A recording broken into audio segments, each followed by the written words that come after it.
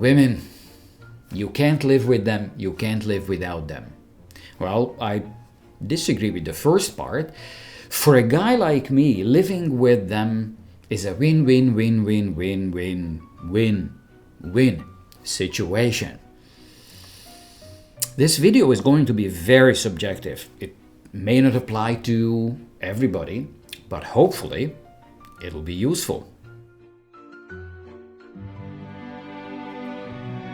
Agnes was stunningly beautiful, smart, and good. I felt that she wasn't real, but she was, gifted and blessed. She was light years ahead of me in her understanding of how things work. She was, 21, 22, and she was already married to an athletic, handsome, educated, and financially secure, top-notch guy. By today's standards, this sounds like a crazy young age to get married, but Agnes was exceptionally mature. I suppose she put her act together back in high school. They were a perfect couple in their own league. Agnes was humble and approachable, and I had good conversations with her. Idealism was our common ground. Esther was also stunningly beautiful and smart, but bad. I felt she was not real, but she was, unfortunately. She was light years ahead of me in her understanding of how things worked on the wild side. She was an uninhibited and skilled prostitute, specializing in rich men. She had no illusions or naive dreams. She just went for the money and the perks.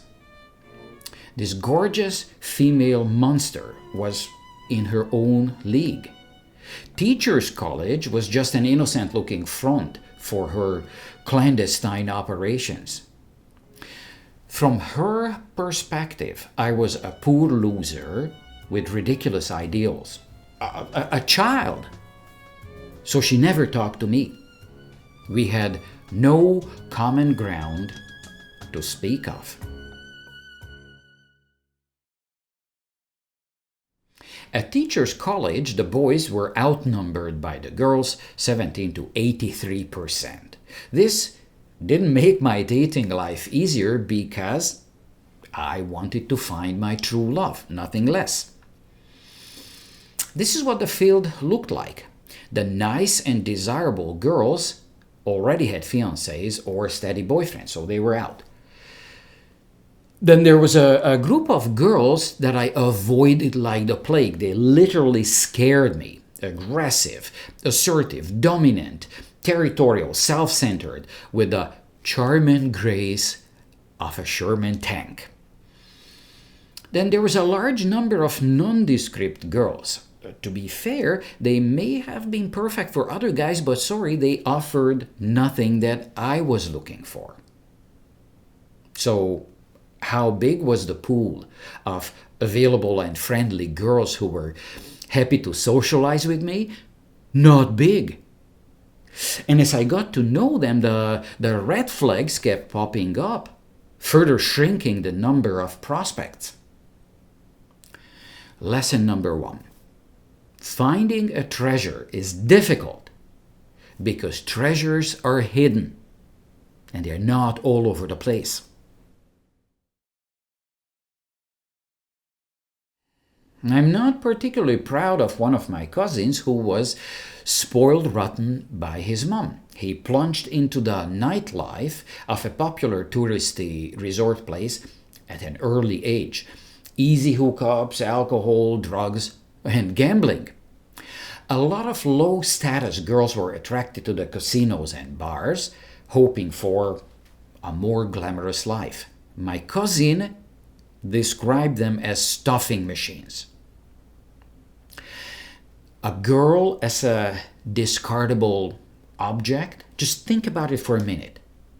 A faceless, drunk object, dehumanized, a thing to bang.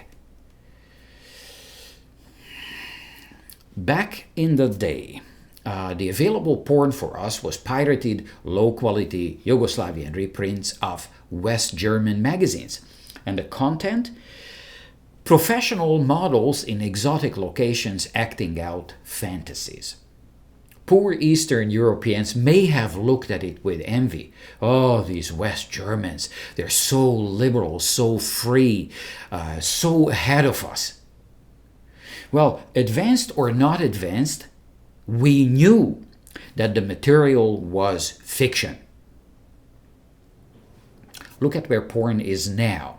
What used to be a fantasy trip for the mind degenerated into the depiction of the lowest forms of carnality. Now this is what's all over the place. Even social media platforms are saturated with the sexual displays of faceless, commodified girls and women. So lesson number 2. Limit your exposure to this alternative reality because it corrupts your thinking and you will have problems with your treasure hunt.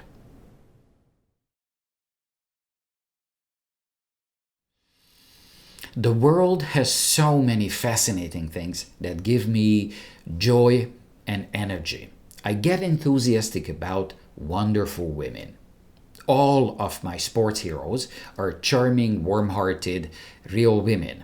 Steph Davis, Gerlinde, Melissa, Stefanidi, Janja, Natalia Grossman. Then there are the musicians I fell in love with, Alana, Paola, and Japanese girls of Kiki Shamisen. Now, some of the ordinary women are not so ordinary around me. Their personality, that spark, the character, the attitude make them so lovable. Here's a typical fantasy of mine. I sit at an airport waiting for a flight. A couple sits down across from me. Laura and Grant, the most famous corn farmers from Nebraska. So I would jump up and shake Grant's hand warmly, congratulating him on the treasure he had found. Now, instead of heaping compliments on Laura effusively, I would try to find an honest way of describing how her spirit lifts me up. I would acknowledge and validate her as a person. So she would think, yay, I must be doing something right because even this nice guy from Canada appreciates me so much. And then she would give me a hug. Lesson number 3. The best of the best will smile on you to reward your niceness and support. And this is it. This is all the inspiration you can ask for. The world is not exactly a garden of earthly delights. Those who delude themselves that it is like a carefree adult playground have to pay a price. In the last 40 years, it happened only a few times that I physically desired another woman, or at least I could imagine that if that woman signaled me, I could not say no. Of course, these women never signal me for several good reasons. Here's my reality check. If they had such a huge impact on me, they have the same impact on other guys. They can pick and choose from the best of the best male specimens. I would be the last in line. I would be rejected offhand. Women have a good nose for this. They immediately detect if a guy has a hidden agenda. It's a turn-off for them. Their defense mechanisms are activated, and a potentially friendly encounter is ruined. Now, why would I risk that? Now, even if the stars line up, theoretically, realistically they never do, I would be hesitant and incredulous. This is not a movie. This is not real. Is it a once-in-a-lifetime opportunity? Opportunity for what? What I always wanted? But I'm not missing anything from my life. My mind would be in a hyperdrive doing some kind of risk assessment. I have a lot to lose. What about tomorrow morning? How do I look in the mirror? What would be the long-term consequences of my one-time walk on the wild side? Developing an addiction?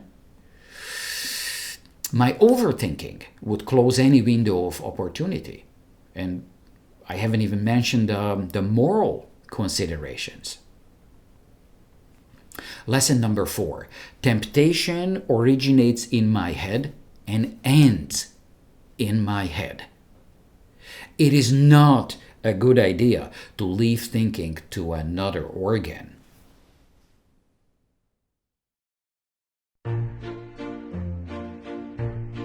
Gnoti se auton. Know yourself. Heurete se auton. Discover yourself. Sort yourself out. Identify the pillars of your existence and your core values. Then you have a chance to differentiate between your needs and wants. Don't trade away your future for short-term gratification. Not everything is gold that shines. Once a girl lowers herself to object status, the damage is done. She might be attractive, but ask this: what's in her head? Do not ignore the red flags of shallow materialism, hedonism, and nihilism. A bunch of other bad things follow from these. Idealism in a girl is a good sign. A bunch of good things will come from this. Look at the depth of your passion. If you're in touch with yourself, if you know yourself, this is a good gauge. In your heart, you will know that you found your treasure, and you will know that your girl feels the same way. Then your vows to each other will be meaningful.